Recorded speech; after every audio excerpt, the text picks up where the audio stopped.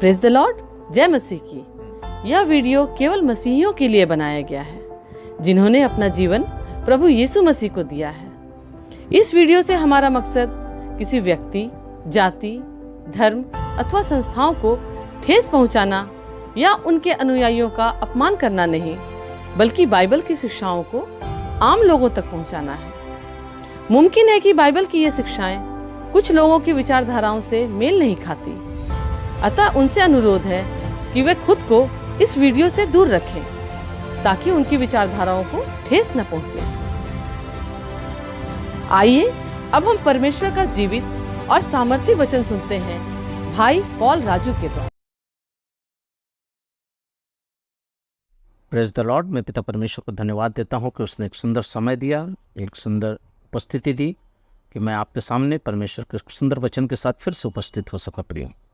प्रियो, मैं विश्वास करता हूं कि आप इन वचनों के द्वारा प्रभु के वचन में बढ़ रहे होंगे, और ये मैं विश्वास करता हूं कि आप इन वचनों को दूसरों तक फैला भी रहे होंगे।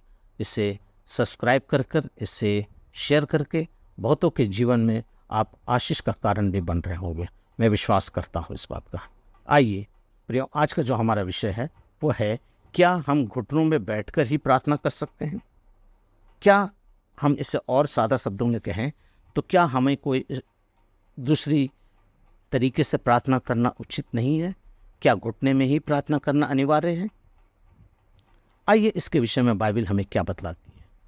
प्रार्थना के दौरान सच्चे विश्वासी अधिकतर घुटनों में बैठकर ही प्रार्थना करते हैं। बाइबल में प्रार्थना करने का सबसे महत्वपूर्ण मुद्रा घुटनों पर बैठकर ही बताया गया है। दरअसल ये एक ऐसी शारीरिक मुद्रा है जो प्रार्थना करते समय हमें नम्रता का प्रतीक देती है।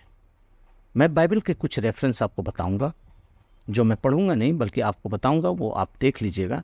वो पाया जाता है एजरा की पुस्तक उसका 9:5 में, प्रेरितों के काम उसका 9:36 में, 40 में और 21 अध्याय का 3 से लेकर 6 तक हम इस विषय को देखते हैं कि घुटनों पर बैठकर प्रार्थना करने का अर्थ अत्यंत स्पष्ट होता है कि परमेश्वर के सामने घुटने पर अपने आप को समर्पित कर देना, अर्थात उसकी संप्रभुता को किसी भी सर्वोच्च स्थान में रखकर उसे मान लेना और उसके सामने अपने सरों को टेक देना। घुटने पर बैठने के लिए प्रार्थना करने का अर्थ है कि हम ये मान लेते हैं कि परमेश्वर ही हमारे जीवन का स्वामी है, वो ही हमारा प्रभु है और राजा है, वो ही सर्वशक्तिमान है और वो सर्वश्रेष्ठ है। स्वाभाविक रीति से ये यदि हम देखें तो किसी भी के सामने घुटना टेकने का अर्थ होता है कि सामने वाले व्यक्ति को, अर्थात उस व्यक्ति को हम संपूर्ण मन से अपना मुक्तिदाता या उसको अपना सब कुछ मानकर उसके सामने अपने सरों को झुका देते हैं, अर्थात उसके सामने हम अपने आप को समर्पित कर देते हैं।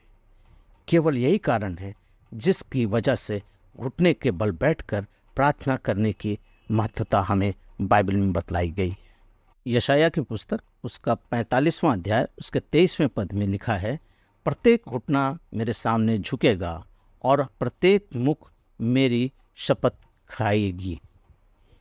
बाइबल में हम ऐसे कुछ व्यक्तियों को देखते हैं जिन्होंने अपने जीवन में घुटने पर बैठकर प्रार्थना करने को एक उचित स्थान या उचित तरीका माना है। दाऊद के जीवन में जब हम देखते हैं तो दूसरा इतिहास उसका 6:13 में हम पाते हैं। जब हम सुलेमान को देखते हैं तो पहला राजा उसका 19:18 पद में हम पाते हैं। जब हम डैनियल को देखते हैं तो डैनियल 6 अध्याय उसका 6 से लेकर 11 तक के अंदर हम जब पाते हैं। जब हम यीशु मसीह को देखते हैं तो लूका रचित सुसमाचार उसका 22:41 में पाते हैं।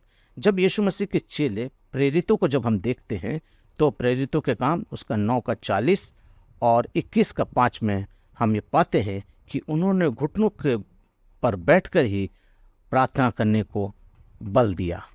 अतः इसमें कोई संदेह नहीं है कि परमेश्वर की मांग करता है कि उसके लोग उसके सन्मुख घुटने पर आएँ, घुटने पर बैठकर प्रार्थना करें और परमेश्वर का आदर देना और परमेश्वर को अपना सर्वश्रेष्ठ परमेश्वर और सर्वश्रेष्ठ मुक्तिदाता और हमारा उद्धारकर्ता मानकर उसके सामने अपने आप को समर्पित कर देना। परंतु आज इस विषय को लेकर बहुत सी कलीसियाओं में बहुत से लोगों के अंदर भ्रांति जगी हुई है। कुछ व्यस्त और व्यापक कुछ ऐसी बातें चल रही हैं जिसके चलते लोग घुटनों पर बैठने को आदत ही नहीं डाल पाते हैं। हाँ प्रियो, कई पास्टर प्रचारक कहते हैं कि यदि आप घुटनों पर बैठकर प्रार्थना नहीं करते हैं तो परमेश्वर आपकी प्रार्थना नहीं सुनता।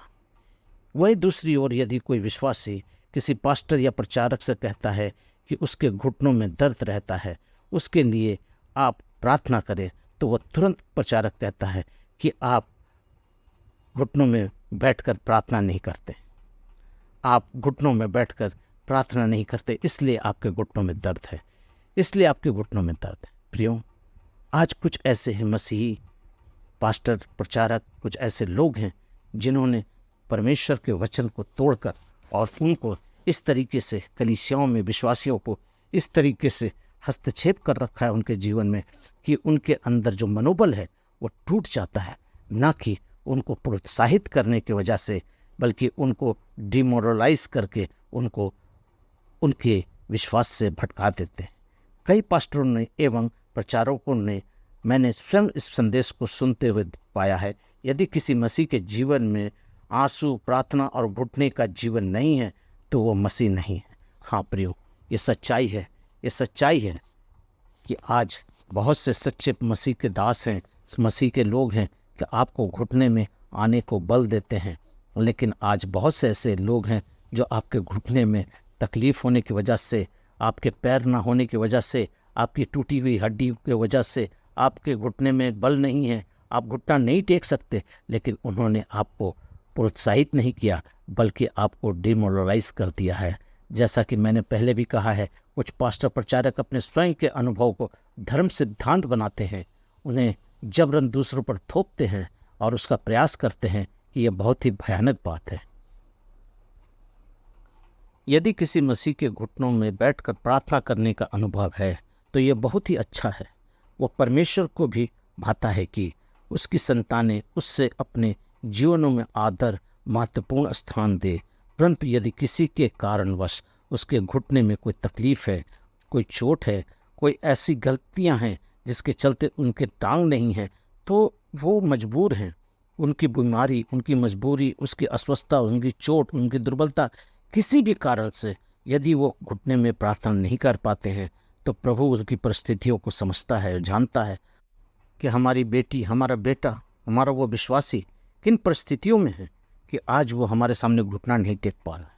हाँ प्रियो, आइए मैं आपके लिए एक वचन पढ़ना चाहता हूँ जो पाया जाता है यशायाह की पुस्तक, उसका 55 अध्याय, यशायाह 55 उसका 8 और 9 पद में आपके सामने पढ़ रहा हूँ। वहाँ पर कुछ इस प्रकार से लिखा है, क्योंकि यहोवा कहता है, मेरे विचार और तुम्हारे विचार एक समान नहीं, न तुम्हारी गति और मेरी गति में एक सी है, क्योंकि मेरी और तुम्हारी गति में और मेरी और तुम्हारी सोच में और विचारों में आसमान और पृथ्वी का अंतर है। हाँ प्रियो, आज वो हमें जानता है, हम उसको जानते हैं, लेकिन रहा सवाल कि आज कुछ लोगों ने अपने मन की बातों को धर्म उपदेश करके, धर्म की बातों को बनाकर और अपने सिद्धांतों को बनाकर आज कलीसियाओं के अंदर उनके मनोबल को तोड़ दिया है। प्रियो, अगर आप स्वस्थ हैं, अगर आप मजबूत हैं, अगर आप बलवान हैं, यदि आप चल फिर सकते हैं, तो मैं आपसे विनती करता हूँ, कृपया प्रार्थना में घुटने पे आने की आदत दीजिए, जिससे कि आपका आत्मिक जीवन भी बलवंत होगा। आइए और मैं एक वचन पढ़ता हूँ आपके लिए, रोमियो की पुस्तक उसका 15 का 1, रोमियो की पुस्तक उसका 15 का 1। वहाँ लिखता है, हम बालकों को चाहिए कि निर्बलों की निर्बलताओं में सहे, ना कि अपने आप को प्रसन्न करें। हमको चाहिए कि उनकी निर्बलताओं को हम सह लें, उनकी मजबूरियों को हम जान लें कि वो व्यक्ति किस परिस्थितियों में है जिसकी वजह से वो घुटना नहीं टेक पा रहा है। आज लोग ये कहते हैं, तुम्हारे घुटने में दर्द है, तुम घुटना में प्रार्थना नहीं करते इसलिए तुम्हारे घुटने में दर्द है। ये एक हास्यप्रद बातें हैं। आज एक कलीसिया के अगुओं को इस प्रकार की बातें नहीं करनी चाहिए। हाँ प्रियो, बल्कि उनके लिए प्रार्थना करनी चाहिए।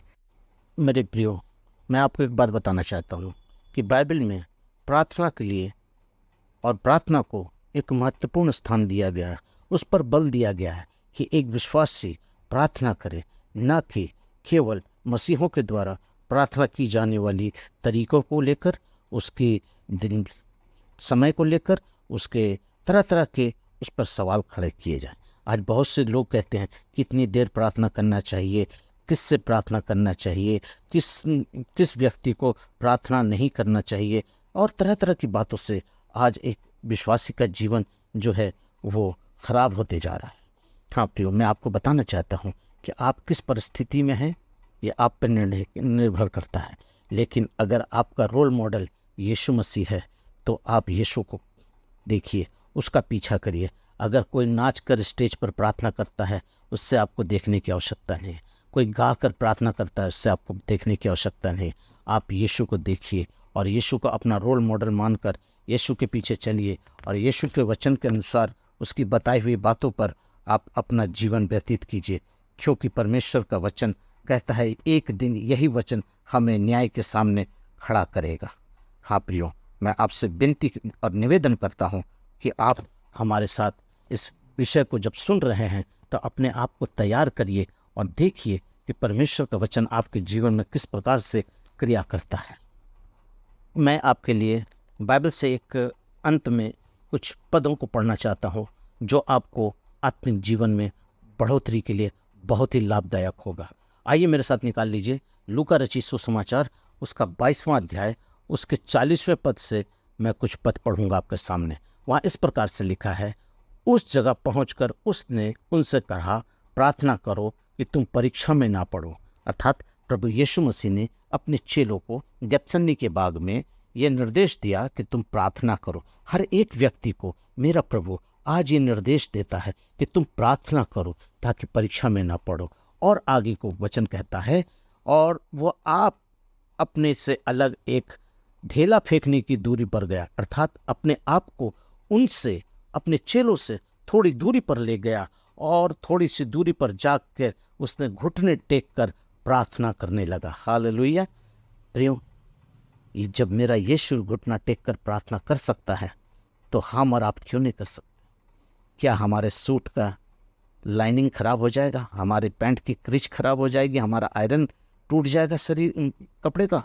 नहीं प्रियो, मेरा यीशु घुटना टेक कर अपने पिता के सामने बैठकर प्रार्थना करता है, तो हम भी क्यों ना अपने यीशु को अपने जीवन का रोल मॉडल बांधकर अपने आप को प्रभु के समान चलाएं और अपने पिता परमेश्वर के सामने घुटना टेक कर प्रार्थना करें। कौन किस रीति से करता है उसको छोड़ दीजिए, कौन क्या बोलता है उसको छोड़ दीजिए, परंतु मैं ब्रदर पॉल राजू आपको एक रिक्वेस्ट करता हूँ, निवेदन करता हूँ कि आप अपने जीवन में घुटनों के बल प्रार्थना करना शुरू कर दीजिए। देखिए आपके जीवन में बल आ जाएगा, शक्ति आ जाएगी, सामर्थ आ जाएगा, परमेश्वर का आत्मा आपके साथ काम करेगा। क्यों? क्योंकि आपने अपने जीवन में प्रभु यीशु मसीह को अपना रोल मॉडल माना है और अपने जीवन में प्रभु यीशु मसीह को अपना उद्धारकर्ता मानकर उसकी तरफ बनने के लिए प्रभु के पीछे चलने की सौगंध खाई है। आज मेरा यीशु अपने मृत्यु से पहले जाकर घुटना टेक कर अपने पिता के सामने बैठकर विनती करता है, तो आज हम भी अपने परमेश्वर के सामने घुटना टेक कर अपने प्रभु से विनती करें, अपने गुनाहों की माफ़ी मांगे, अपने आप का पश्चाताप करें। हाँ प्रियो, ये सच है कि वचन की गहराई को समझना, वचन की बातों को समझना, ये परमेश्वर का आत्मा ही आपको बढ़ावा देगा।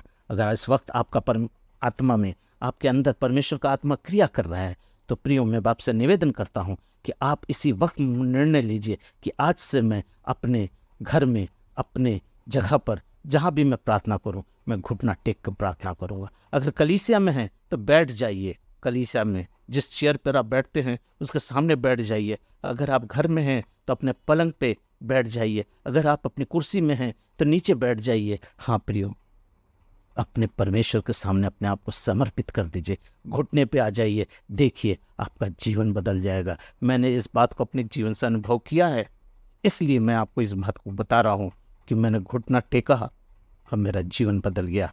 आप भी घुटना टेक दीजिए प्रभु के सामने। मेरा यीशु घुटना टेका, तो आप क्यों नहीं टेक सकते हैं मेरे प्रियो? मैं आपको बताना चाहता हूँ, अपने मान सम्मान, इज्जत, अपनी रुतबा, अपने स्टेटस, अपने सब कुछ को छोड़कर अपने परमेश्वर के सामने घुटने पर आ जाइए, प्रार्थना कीजिए। घुटना आपको बल देगा, घुटना आपको आत्मिकता में बढ़ाएगा, घुटना आपके जीवन को तंदुरुस्ती देगा। हाँ प्रियो, कुछ हो ब ना हो, लेकिन एक बात मैं ज़रूर कहूँगा, आपका घुटना टिकेगा, स्वर का दरवाज़ा खुल जाएगा, स्वर की बातें आपको कानों में सुनाई देने लगेंगी। हाँ प्रियो, आपने देखा दाऊद घुटना टेक कर प्रार्थना किया, राजा सुलेमान प्रार्थना घुटना टेक कर किया, डैनियल घुटना टेक कर प्रार्थना किया, मेरा यीशु घुटना टेक कर प्रार्थना किया, तो हम भी घुटना टेक कर ही प्रार्थना करेंगे। इसमें प्रभु हमें आशीष देगा और हम दिन पर दिन अपने आत्मिकता में बढ़ते जाएंगे। मैं आपका धन्यवाद करता हूँ इस वचन को सुनने के लिए और रिक्वेस्ट करता हूँ कि आप इस वचन को दूसरों तक पहुँचाइए, दूसरों तक शेयर कीजिए, इसको सब्सक्राइब कीजिए, ताकि मैं परमेश्वर के राज्य में आप एक आशीषित का कारण होने पाएँ। प्रभु आप लोगों को बहुत ऐसे आशीष करें। आमीन।